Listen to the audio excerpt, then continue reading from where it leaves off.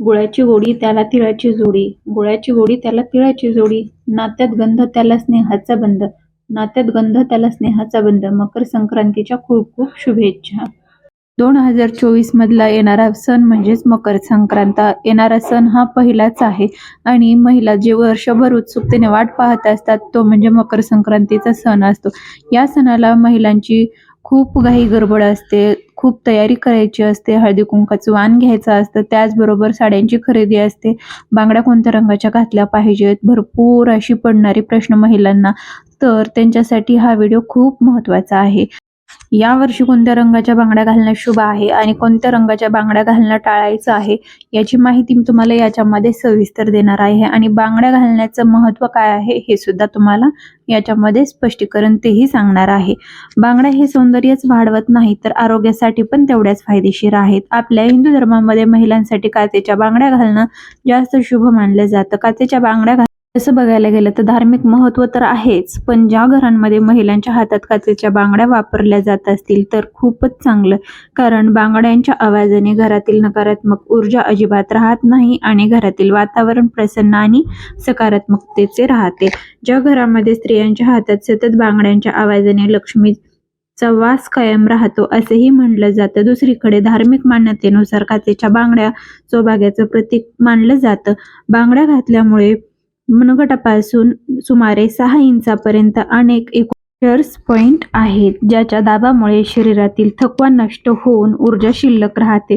त्यामुळे हृदय आणि श्वसनाच्या आजार सुद्धा होत नाहीत. आणि धार्मिक मान्यतेनुसार ज्या विवाहित स्त्रिया महिला बांगड्या घालतात त्यांच्या पतीचे वय सुद्धा वाढते.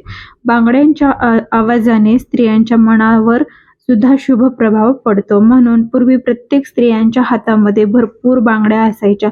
बांगड्या महिलांना शक्ती देण्याचे काम करतात, कारण बघा आपल्या हाताचे मनगट जे असतं ते सतत हालचाल होणारा अवयव आहे. विशेषतः स्त्रिया धुणी, भांडी, स्वयंपाक, कचरा काढणे इत्यादी सर्व कामे हातानेच करावी लागतात. त्यामुळे बांगड्या आहेत त्यांच्या घर्षणामुळे रक्ताभिसरण सुरळीत होते, वातावरणातील नकारात्मकताही दूर होते आणि विवाहित स्त्रियांनी रोज 2 तरी बांगड्या हातामध्ये घालणं खूप शुभ आहे आणि सणावारांना भरपूर अशा बांगड्या घातल्या पाहिजेत. संक्रांतीच्या दिवशी महिलांनीच नाही तर अगदी छोट्या मुलींनी सुद्धा हातामध्ये बांगड्या घातल्या पाहिजेत.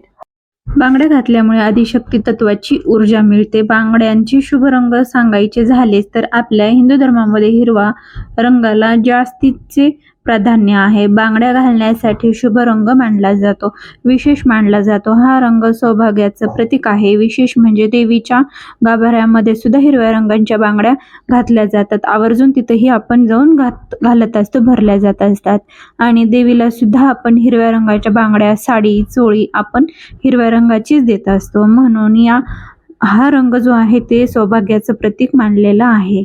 कारण बघायचं झालं तर नवरीला सुद्धा आपण लग्नामध्ये हिरव्या रंगाचा चुडा भरला जातो. नवरीच्या आयुष्यामध्ये कायम सुख, समाधानी आणि हिरव्या रंगाप्रमाणेच संसारामध्ये ताजेपणा राहावा यासाठी आपण हिरव्या रंगाच्या बांगड्या भरल्या जातात, वापरल्या जातात. देवीचे प्रतीक आणि सौभाग्याचं लेणं म्हणून हिरव्या रंगाला जो मान आहे त्यामुळेच नवरी आपल्या शृंगारात हिरव्या रंगाच्या बांगड्यांचा समावेश करते आणि दररोजच्या धावपळीच्या जीवनामध्ये 2 तरी हातामध्ये हिरव्या रंगाच्या काचेच्या बांगड्या घातल्याच पाहिजेत. त्याचबरोबर तुम्ही लाल रंगाच्या बांगड्या सुद्धा घालू शकता. लाल रंग सुद्धा माता लक्ष्मीला अत्यंत प्रिय रंग आहे. आपल्या हिंदू धर्मात प्रत्येक रंगाला एक स्वतःचे असे महत्त्व आहे. प्रत्येक रंग आपल्या एक वेगळीच ऊर्जा प्रदान करणारा असतो. आपल्या सौभाग्यामध्ये सर्वात महत्त्वाची गोष्ट म्हणजे कुंकू हे लाल रंगाचं असतं. त्यामुळे लाल रंगाला सुद्धा अनन्यसाधारण महत्त्व असे आहे. आपण देवीची कोणतीही पूजा मांडत असताना लाल रंगाचे वस्त्र टाकत असतो, कारण देवीला लाल रंग अत्यंत प्रिय आहे. त्यामुळे माता लक्ष्मी प्रसन्न होते.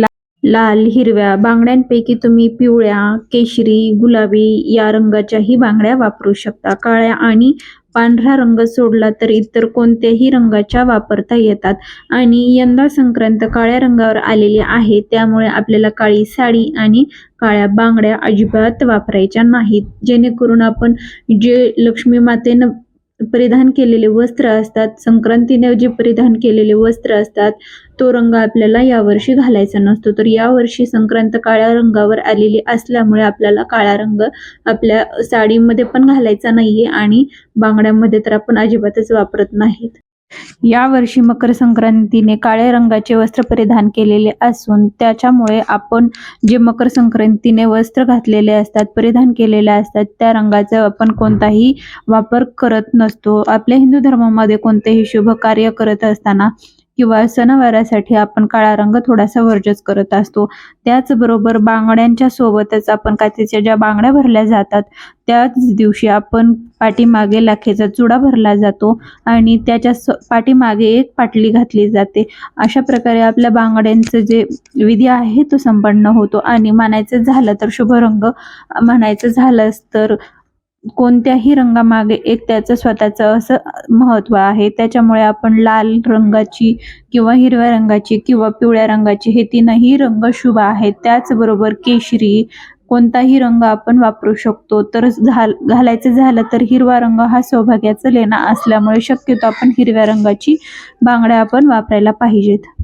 या व्हिडिओमध्ये तुम्हाला भरपूर अशी माहिती देण्याचा मी प्रयत्न केलेला आहे. मला जितपत माहिती आहे तुम्हाला इतकी माहिती देण्याचा प्रयत्न केलेला आहे. ही माहिती तुम्हाला माहितीपूर्ण वाटली की नाही?